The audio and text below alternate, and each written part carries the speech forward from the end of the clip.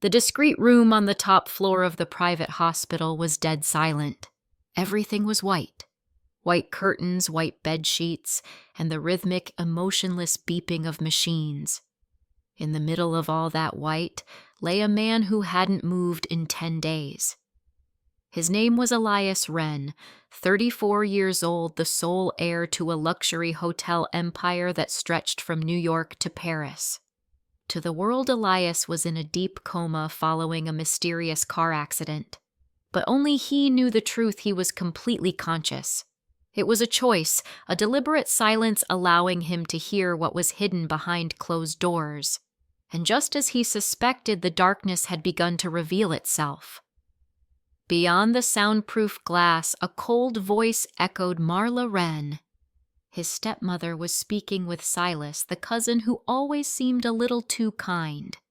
"The board is getting impatient," Marla said. "If we don't act, that fortune will slip out of our hands." "But Elias's private attorney is still watching," Silas replied nervously. "He's loyal." "Yes, but he's alone. We just need to keep Elias in this state for a few more weeks. As long as that nurse stays quiet, everything will soon be over." Elias's heart pounded in his chest. They really wanted to eliminate him permanently. That crash wasn't an accident. And now he knew he couldn't stay still forever. Outside, the world saw him as a motionless body. But inside, a plan was forming and a silent war was about to begin.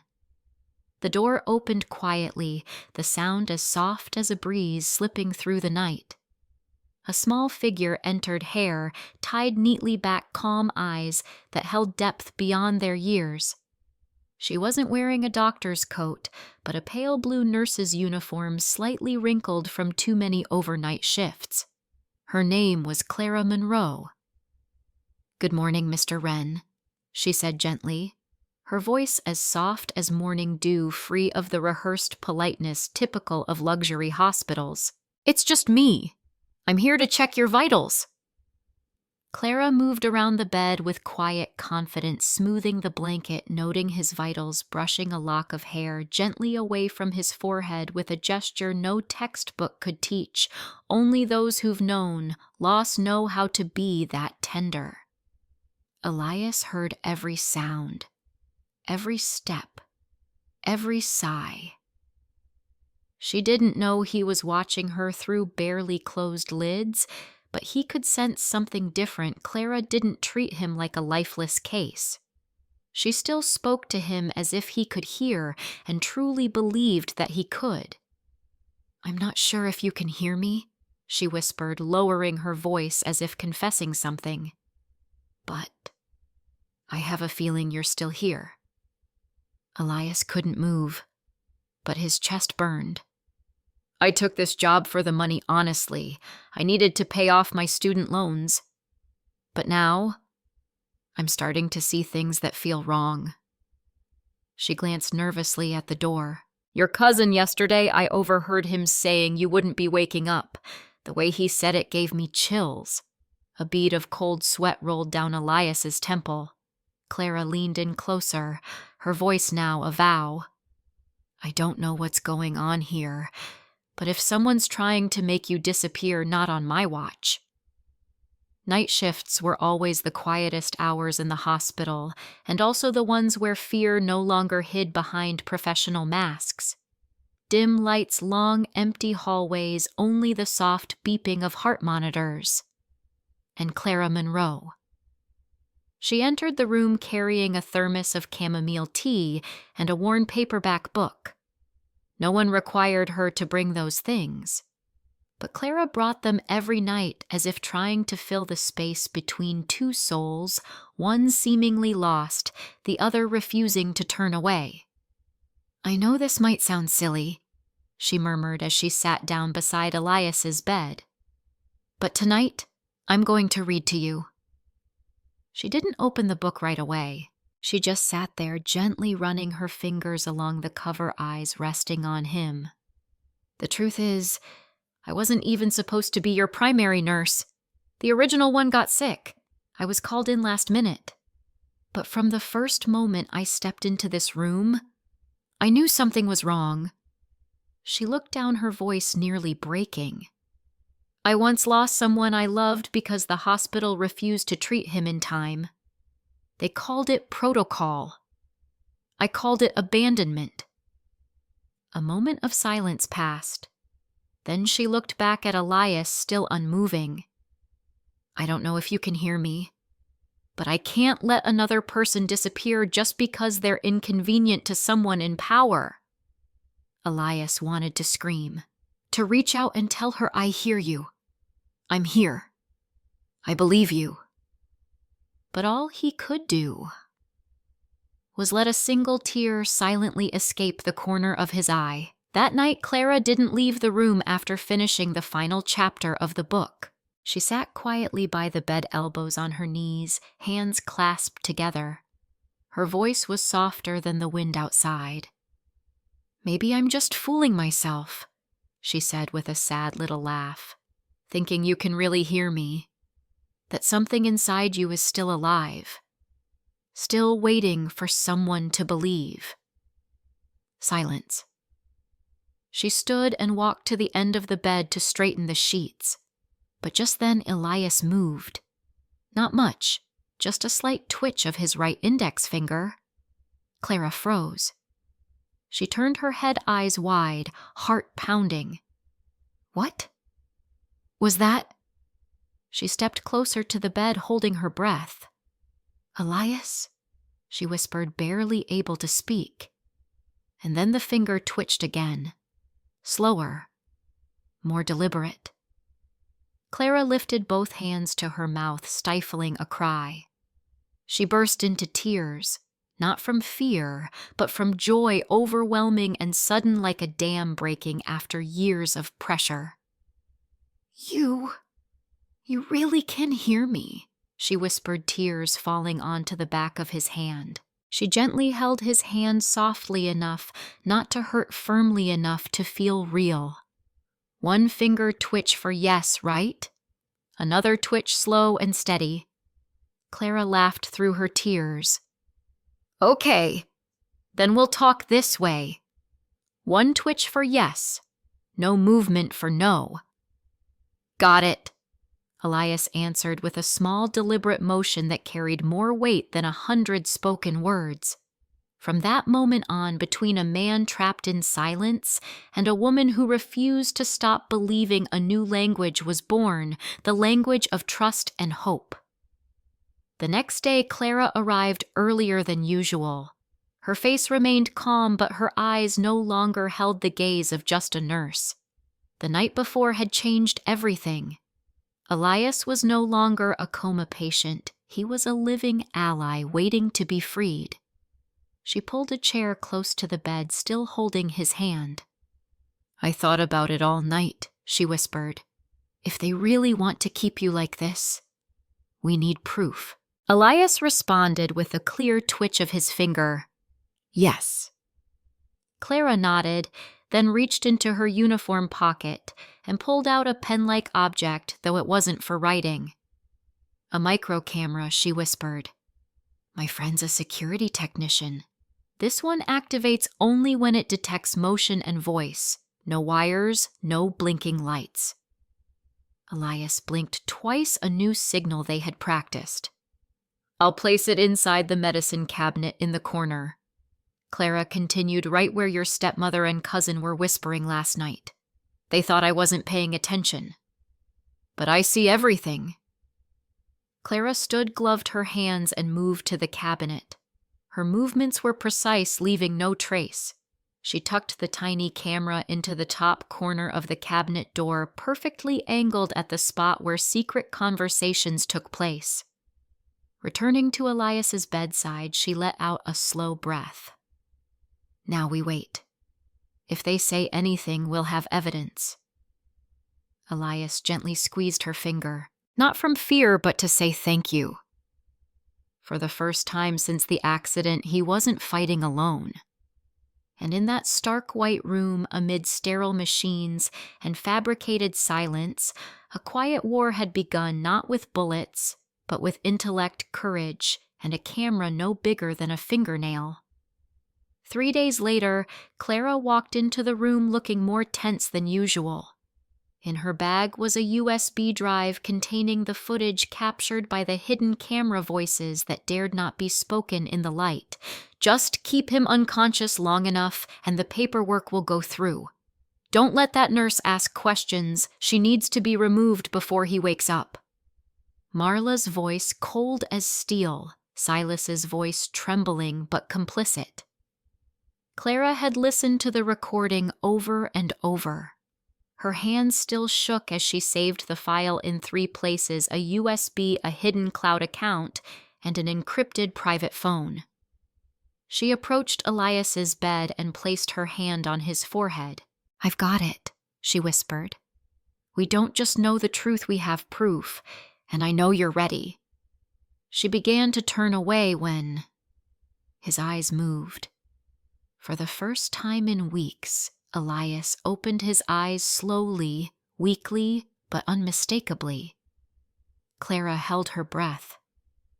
"Elias," she whispered, leaning in close, his eyes weary, yet clear, fixed on her.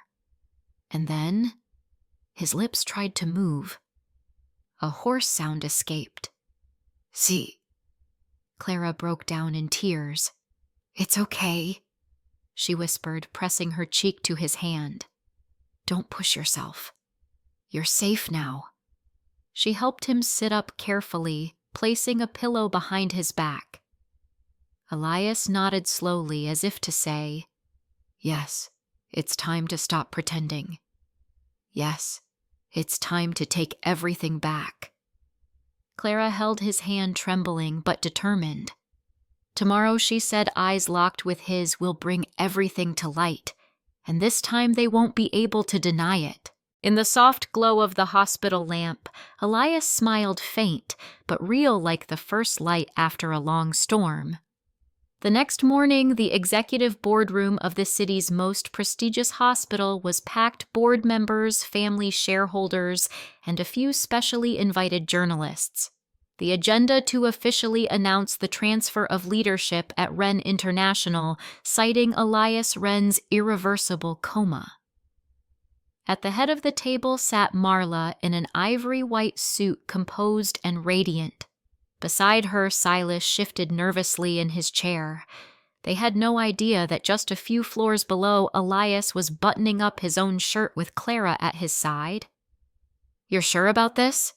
she asked, her voice filled with both concern and confidence. Elias nodded. "I'm done hiding." 9:58 a.m. The boardroom doors swung open. Every head turned. And then Elias Wren walked in, slow, supported by a cane, but his head held high like a man who had returned from the dead, carrying the truth. Marla's face went pale. Silas dropped his pen. A journalist gasped, "Elias Wren." Elias didn't look at anyone except the woman who once called him son. "You were too quick to celebrate," he said, voice hoarse but clear. "I'm not dead yet." The room froze, and then from Clara's briefcase came the sound of the recording.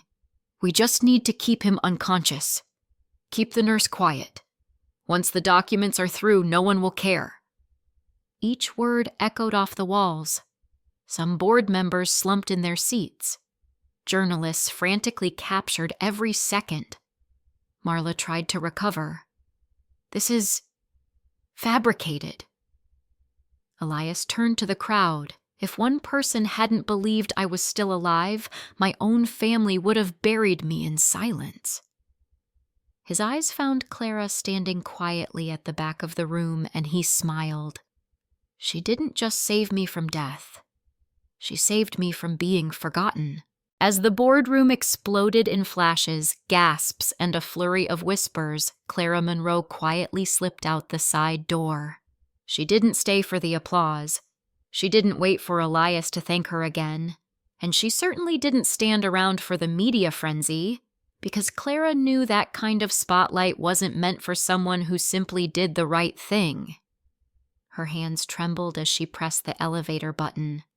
In her backpack were a now empty thermos, a dog-eared paperback, and a small leather journal, the one where she'd documented every flicker of Elias's pulse, every flutter of his eyelids, every silent signal that no one else believed in. That night in the nurse's locker room, Clara quietly packed her things. No one asked where she was going. No one tried to stop her. She had done something they all thought was reckless and turned out to be right. As she locked her locker for the last time, the elevator behind her chimed. Clara. She turned. Elias. Wren stood there, no cane, no aids, dressed in a long overcoat over a tailored gray suit. But his eyes were still the same ones she had sat beside night after night. You shouldn't be walking alone, she said softly, turning away. I'm not, Elias replied. I came to walk with you. From his coat he pulled out the leather journal. You left this. Clara froze. I read it, Elias said gently. The page where you wrote that you never meant to fall for a patient, but you couldn't stop yourself. She turned her face, tears brimming. I didn't fall for the nurse, Elias said, stepping closer. I fell for the woman who sat beside me when the world wanted me gone. The one who believed even when she was afraid. 3 months after that fateful boardroom confrontation, the name Elias Wren had all but disappeared from the front pages of financial magazines. The empire still stood, but he had stepped away from its helm. Fame no longer interested him. Peace did. And peace he found with Clara. They left the city behind for a small wooden cabin tucked into the red rock valleys of New Mexico. No concierge, no nameplate. Just misty mornings, wide skies, and golden afternoons that felt like sunlight breaking open. Clara called it the Quiet House, a place where people could begin again. One evening, as the sun dipped behind the mesas, Elias said, Come take a walk with me. They climbed a gentle hill behind the house, not too steep but just enough to leave their hearts racing with wind and anticipation. Clara laughed. You own 5 hotel chains across 4 countries and still get winded after 15 minutes of hiking. Elias groaned jokingly. I nearly died, remember? Give me a little grace. At the top, where the earth leveled out and the breeze whispered, Elias reached into his coat and pulled out a small box. Inside wasn't a sparkling diamond. It was a ring made of raw jasper stone, polished just enough to reveal its natural patterns. I didn't want to propose in front of a crowd. I wanted to do it here where I found myself again, where I found you. Clara couldn't speak. She knelt before he could say another word and wrapped her arms around him tightly. Yes, she whispered. Here. Now. And always. 1 year later, the name Elias Wren surfaced once more, not in wealth rankings or business mergers, but in a quiet segment on the local evening news. The headline read simply, Clara and Elias Foundation. Protecting Patients, Empowering Whistleblowers. With funding from Elias and vision from Clara, they built a nonprofit with a singular mission to protect overlooked patients, to support the medical staff who dare to speak out, to stand by those who choose conscience over comfort. Their first center was built right inside the very hospital where Elias had once been silenced. The cold white walls were replaced with light art and plaques honoring nurses and aides recognized for their courage. They didn't run ad campaigns, no press tours, but every week a young trainee or weary nurse would walk into that modest office with a trembling question, I think something's wrong at my hospital, but I'm scared. And the answer was always the same. You're not alone. We've been there too. On the 1-year anniversary of the foundation, Clara stood in the backyard of their new rehabilitation center, where a small intimate ceremony was held. No media, no gowns, no flash. Just people who had once been helped and stories that had nearly been buried. Elias joined her, taking her hand. They watched a young woman in a crisp new nurse's uniform tearfully thank Clara for giving her the strength to face her fears. Clara turned to Elias. "Do you think the world will forget what happened?" Elias smiled. "They might." She nodded. "But I don't want them to, because some stories, when remembered, make the world a little better." Elias pulled her into his arms, and in the golden hush of sunset behind them, they were no longer the faces of a scandal. They were two ordinary people who chose not to stay silent, who chose to love, and who turned faith into a new ending for a story that once had none. Because sometimes the bravest thing you can do is believe someone deserves to live, deserves to be loved, even when the world has forgotten them.